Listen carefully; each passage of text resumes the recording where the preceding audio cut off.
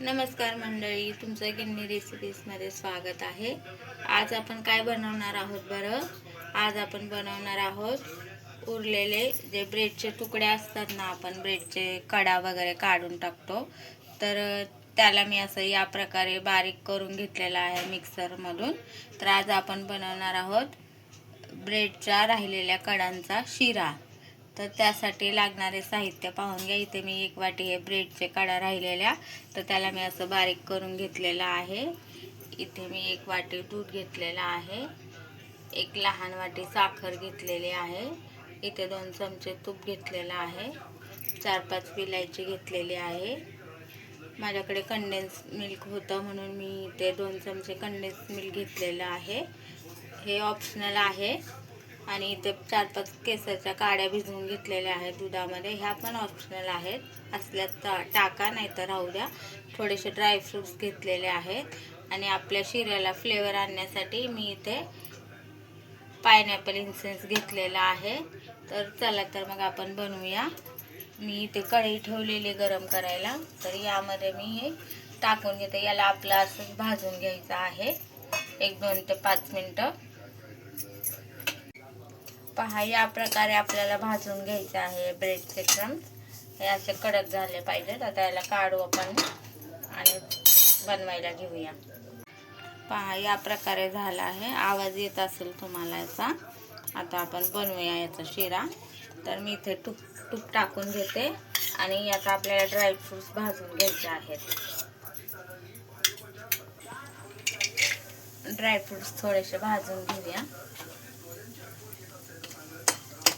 थोडी भाजून झाले आहेत, आपण या विलायची टाकून घेणार आहोत यामध्ये आणि त्याचबरोबर भाजलेले ब्रेड स्क्रब टाकून घेणार आहोत।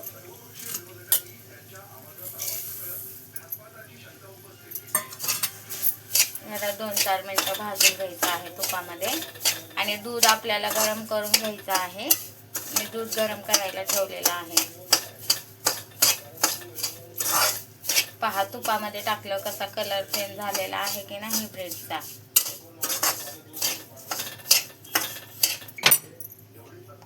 दूध आपल्याला थोडं थोडं टाकून घ्यायचं आहे यामध्ये। मी दूध गरम केलेलं आहे।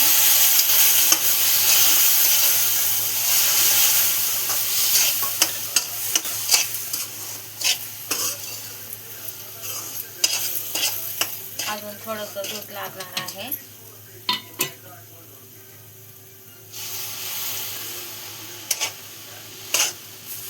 पहा, असं झालंय। यात आपल्याला साखर टाकायची आहे। साखर पूर्ण लागणार नाहीये, अर्धी वाटी लागणार आहे मला साखर।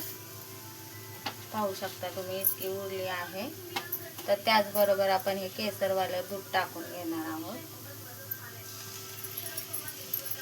मिक्स करून घ्यायचं आहे याला आणि 2 मिनिटं झाकून ठेवायचं आहे। चला पाहूया कसा झाला आहे आपला शिरा। पहा, तुम्ही पाहू शकता कसा आपला शिरा एकदम छान दिसत आहे। यामध्ये आपण थोडेसे पायनॅपल इसेन्स टाकून घेऊया, 1-2 थेंब।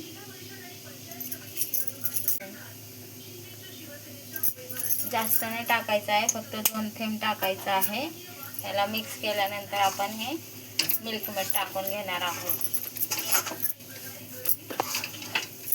पहा, मी मिल्क मेड टाकून घेते यामध्ये। मग याला मिक्स करून शेवटी आपण ड्रायफ्रूट टाकणार आहोत। हा कसा झाला आहे आपला शिरा, तर यामध्ये मी ड्रायफ्रूट टाकून घेते आणि बंद करायचा आहे। पहा कसा झाला आहे आपला ब्रेड क्रम्सचा शिरा, तुम्ही पाहू शकता। तुम्ही ही रेसिपी एकदा नक्की ट्राय करा आणि तुम्ही म्हणाल की रव्याचा शिरा विसरूनच जाल, हा तुम्हाला असा शिरा आवडणार आहे।